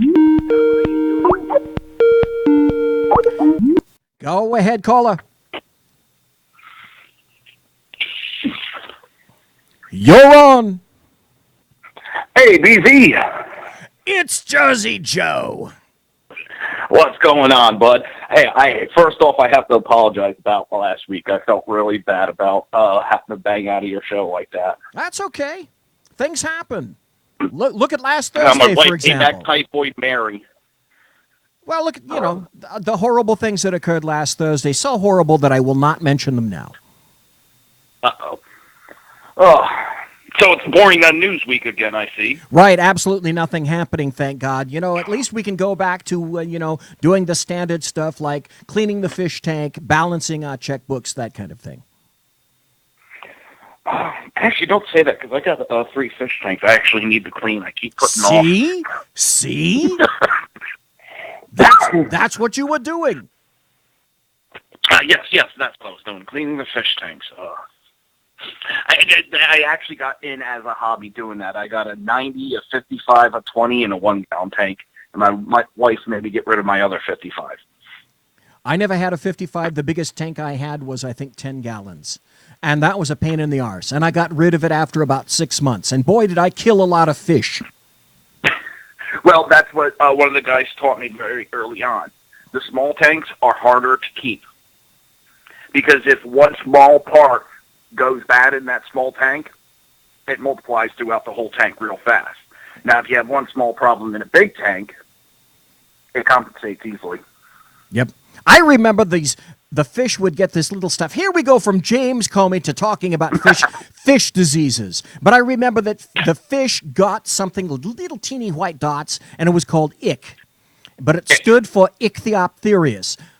How the hell I remember that at my adult age, I'll never know. So there we go. Standard, good transition, great segue from James Comey to fish. Excellent. It has been, and I've been on Twitter all night, and it's been funny. The trolls are out in droves. Of course. Oh, my God. Because as you well know, Jeff Sessions was so oppressive, was he not? He was oppressive. He pushed. He talked back to Kamala Harris. Kamala Harris was her normal, receding self. She wasn't pushy at all. As a matter of fact, she was stunned at how oppressive that evil Jeff Sessions really was and is. Well, I've seen 2 comments about that. One is that Jeff Sessions is a sexist because he was attacking her needlessly. Right. And the other one is how she put him in his place.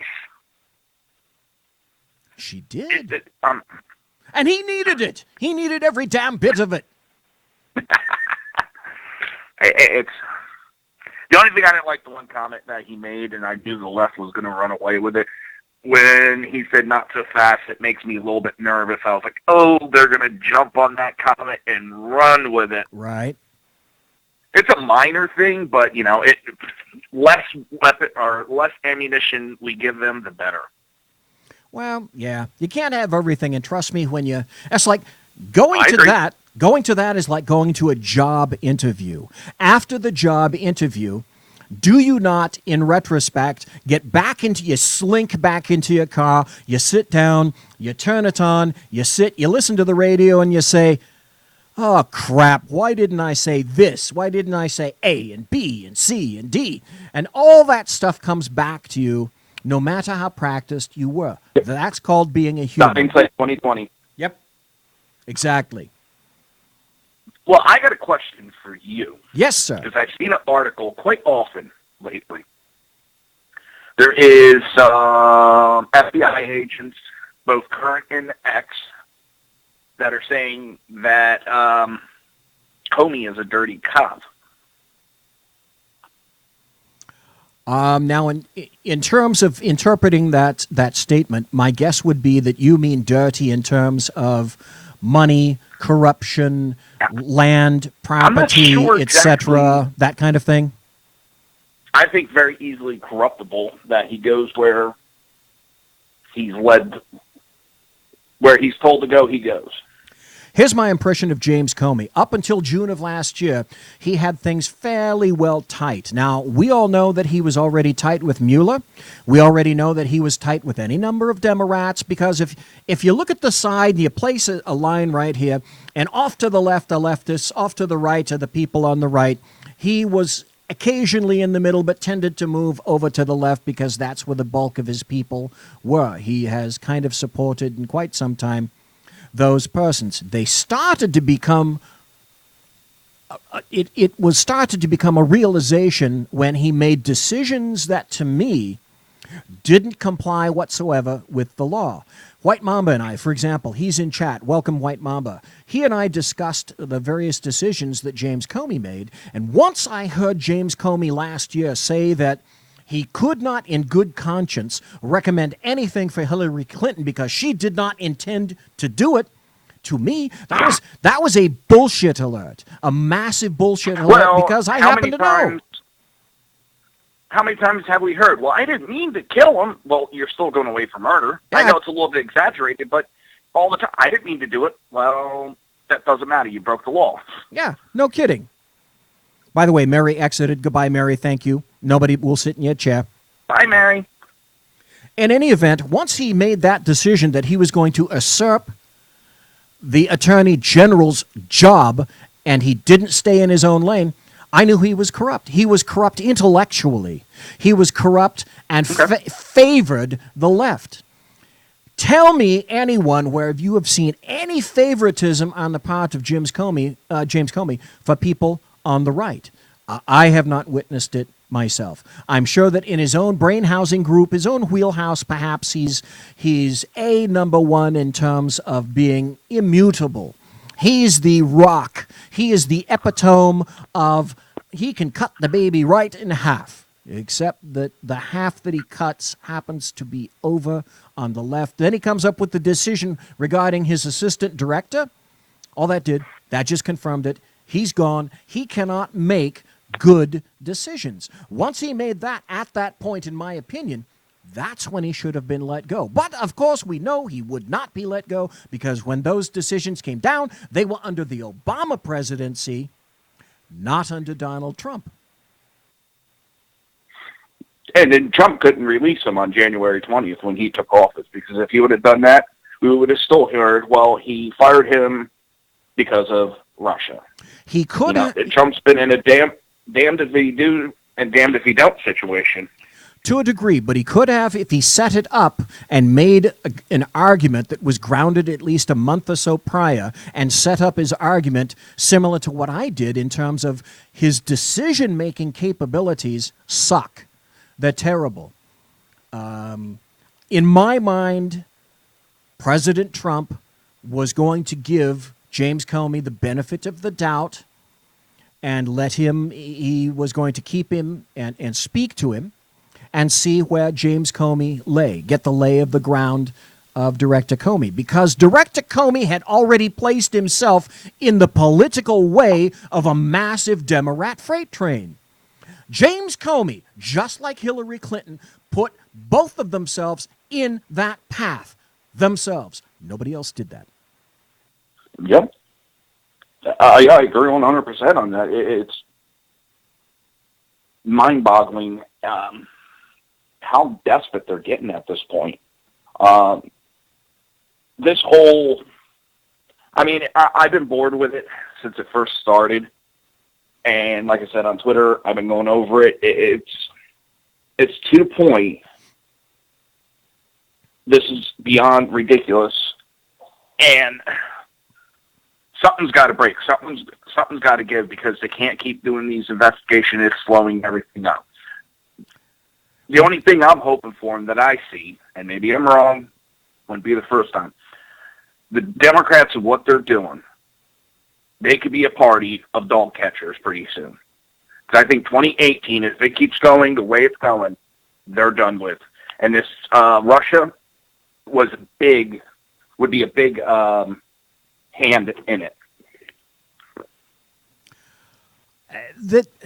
I go back, and I hate to sound like a broken record. Dave Milner in chat said, you know what, just like you, Joe, just like you, Dave Milner in chat said, you know what, I'm getting bored of this kind of thing. The reason that I'm going over it tonight in the depth that I am... Oh, no, I don't mean that. No, but Dave did. So the reason I'm doing that is to make a final point that I'm going to conclude with at the end of the show. And then after that, I swear to Christ, I'm done with James Comey. Unless he's another fucktard and does something else. Then, of course, salaciously, I'll be able to grab that, and you'll hear about it in the saloon. I mean, unfortunately, I'm not going to say done with it, because, Comey's going to pop back up again. One way or another, this whole Russia is going to pop back up, and it's going to continue. And in one way, I'm bored with it. I'm tired. It's interfering with our government. But at the same time, it's going to be the destruction of the Democrat Party. And Okay. I cannot believe that they're so blind that they can't see that. Okay, you make an interesting point. Excellent. That's why I pay you, Jersey Joe, to make segues like that. Because here's what, of all people, Alan Dershowitz happens to say about James Comey. How bizarre. They added that to Attorney Alan Dershowitz, who worries about the leak period, especially on the part of a former FBI director. Alan, good to have you. What'd you make of that? Well, I thought it showed a lot of cowardice. The head of the FBI, the guy's supposed to be, Alan Dershowitz just called James Comey a coward. a strong and powerful guy, and he's afraid of a couple of seagulls.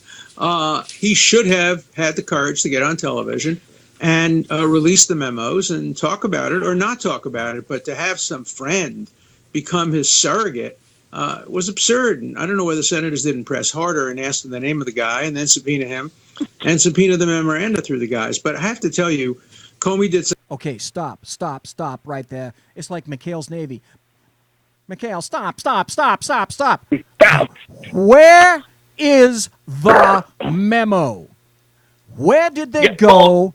Who has them? I want to see a copy, because for Christ's sake, the memos were not even in the committee.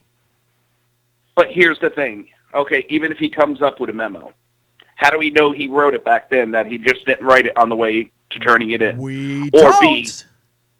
Or B, that Trump actually said those things. Isn't that in the court of law called hearsay? Well, for a committee hearing like this, yes, that's immaterial, because this is not an open courtroom. So let's continue listening to what... Still, well, listen, let me get going, because I know you got other callers that want to call in. I don't want to steal all the time on them. Okay, all right. I want to give some other people some time to call in. Okay, all right. Thanks, Jersey Joe. Appreciate it, sir. Okay, there we go. There was Jersey Joe. Jersey Joe's going away. So anyway, let's continue listening to Alan Dershowitz. He makes, again, some interesting points, and please consider, this is from a leftist attorney. Something very good, I thought, and very right today.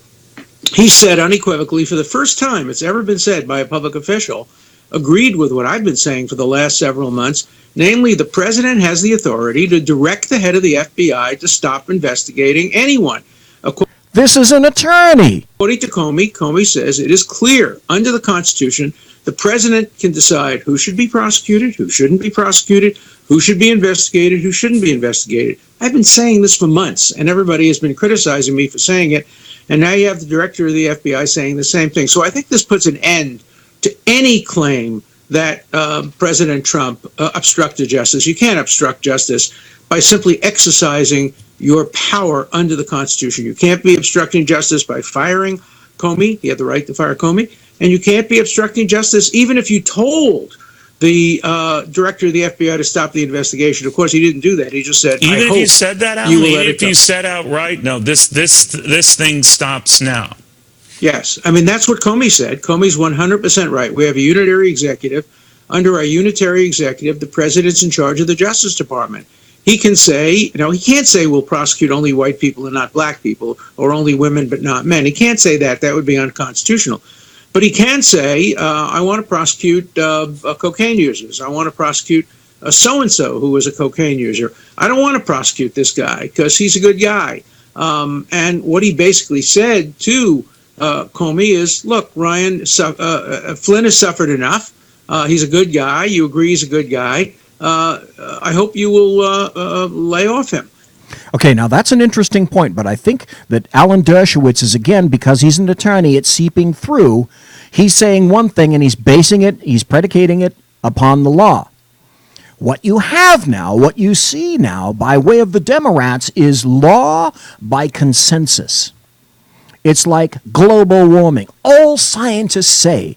So if all scientists say, it must be fact. All Democrats say. All Democrats say it, it must be fact. That is to say, there was obstruction. That's the chant. They've all agreed upon it. Alan Dershowitz makes a lawful and legal argument, but in reality, those are two entirely separate things, depending upon the continued push by leftists, Democrats, and the American media maggots. That is within the power of the president to do, and he could have gone much further. Look, he could have ended the investigation of Flynn in another way. He could have just said to Comey, I've just pardoned Flynn. You therefore have no jurisdiction to continue to conduct a criminal investigation. He has been pardoned. So the president has that power. And I think we should just stop talking about obstruction of justice. What about appearances? No People made a big there. deal of the oddity of the FBI director and the president alone in a dining room talking about things like this. What's the rule on that? Well, he did wrong. The president shouldn't have done it, but it's not a crime. Thank you. It's not a crime. It may be stupid. Well, come on, dude. Dead orange cat on his head. Hello. He violated Justice Department rules and policies, and he didn't want it to be known that he was doing that. But, we have to, in a democracy, understand the difference between what is a crime and what is a political sin. He committed a political sin. He should have consequences. Well, the public should know about follow that, though. And he is. Donald Trump is suffering the political consequences. What I was thinking about, it's a hypothetical, I know, but he was fired, that is Comey, and he's gone. We know the views that he harbored of the president in this leaked memo about putting pen to paper because it concerned that the president was a liar, quoting him. And let's say he had never been fired, but he had these views. He was taking copious notes, even if he had stayed on as director, would continue taking copious notes in his conversations with the president. How would that have gone if an investigation was ensuing into Russian ties or alleged or otherwise, and yet he had these views of the president? I don't know. What do you think? Look, he should have resigned. That would have been the best thing for him to do, to go to the president and say, look, we have some incompatibility here. I don't... Wait, no, that wouldn't happen because, like most other Democrats, and see, this is the other thing, James Comey has purposely come out and placed himself on Front Street because, just like, for example, John McCain, it's all about James Comey. It's all about me. Trust you. I have to take notes when you talk to me. That doesn't seem to be an appropriate relationship between the president and his head of the FBI. Okay, stop. This was year 3, all right? The FBI director has 10 years. This is year 3. So tentatively, James Comey could have had another 7 years of this should Trump get his second term. Did Comey even think of that? No, because it's all about Jim Comey. He should have resigned. He didn't resign. He was fired. I think it's a good thing that he's no longer head of the FBI. Thank you. Both the Democrats and the Republicans seem to agree. The Democrats, alternately, because first Jim Comey was the devil when he disagreed with them. When he agreed with them, James Comey was great people. Are appalled by what he did during the Clinton investigation, and the Republicans are appalled about what he's doing now. So it was right to fire him. It's not an obstruction of justice. Okay. But obviously, he has to pay a political price for it. Take care, Mike. See you in chat later. All right. Thank you, Alan, very, very much. Roy Blunt, the guy who asked those questions. So there we go. That was Alan Dershowitz actually making sense, making actual sense. James Comey leaked his own memos to a third party who then leaked them to the American media maggots. He also carried corrupt water for Lynch and Obama, as he specifically stated in the hearing. He said the American media maggots got it dead wrong and then acquiesced to Lynch's insistence that he called Clinton's investigation a matter, what he termed a euphemism. Let me emphasize this final point. You had mentioned before about some news stories and news accounts. Without having to go into all the names and the specific times and to be able to dip into all that, have there been news accounts? Now let's move forward. He's purportedly based on classified information about lots of stuff, but especially about Russia, that are just dead wrong. I was interested in your comment that you made as well, that the president said to you, if there were some satellite associates of his that did something wrong, it would be good to find that out.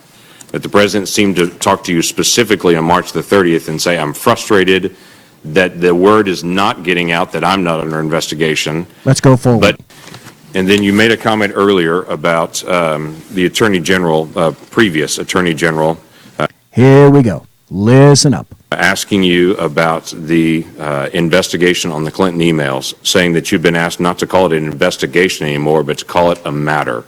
And you had said that confused you. Can you give... Confusing? I could make an excellent argument that that is obstruction. That's immured. That's in testimony. That's something that James Comey actually said. By doing that, by leaking the memos, for example, I could say that Jim Comey is guilty under 18 U.S.C. 793F, 44 U.S.C. 3101, more numbers, 18 U.S.C. 1924, 18 U.S.C. 2071, 18 U.S.C. 1001.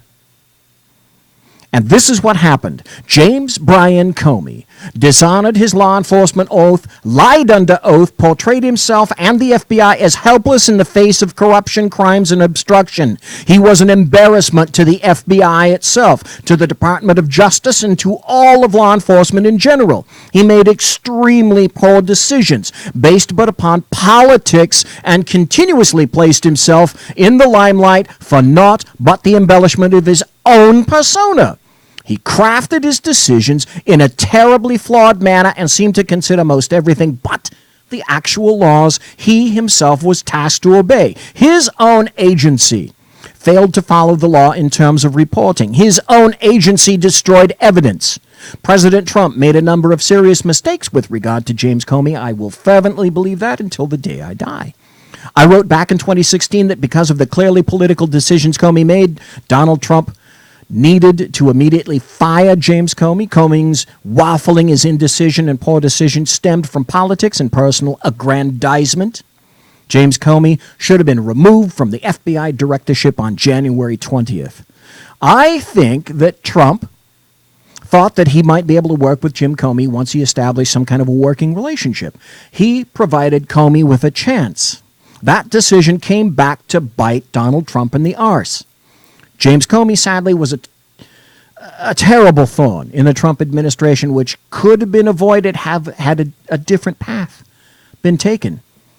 Trump's failure to remove Comey immediately provided political fodder for Democrats and leftists nationally and helped to continue their anti-Trump narrative. It was a serious mistake to have kept James Comey in office. Decisions, of course, as we all know, they have consequences.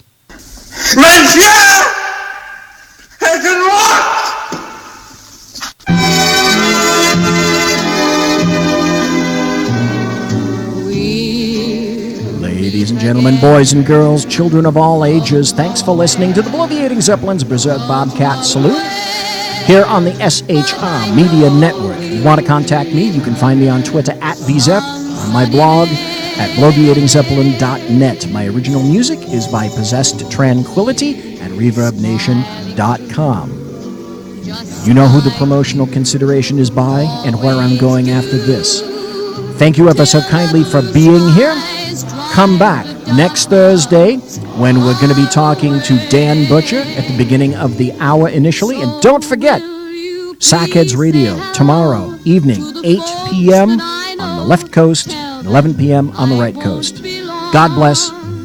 Take care. Be safe. They'll be happy to know that as you saw me go, I was singing this song.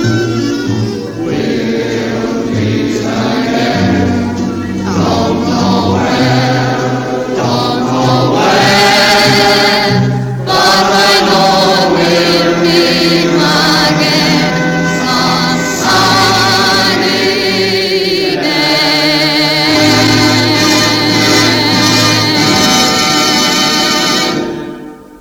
Everybody quiet down now and get some sleep. Good night, everybody. Good night, Mama. Good night, Ben. Good night, everyone. Good night, Mama. Good night, Daddy. Good night, children. Good night, Daddy. Good night, Elizabeth. Good night, John Boy. Good night, Jim Bob. Good night, Jim Bob. Good night, Jim Bob. What's going on? I was asleep. What's everybody doing? Good night, Good night, Jim Bob.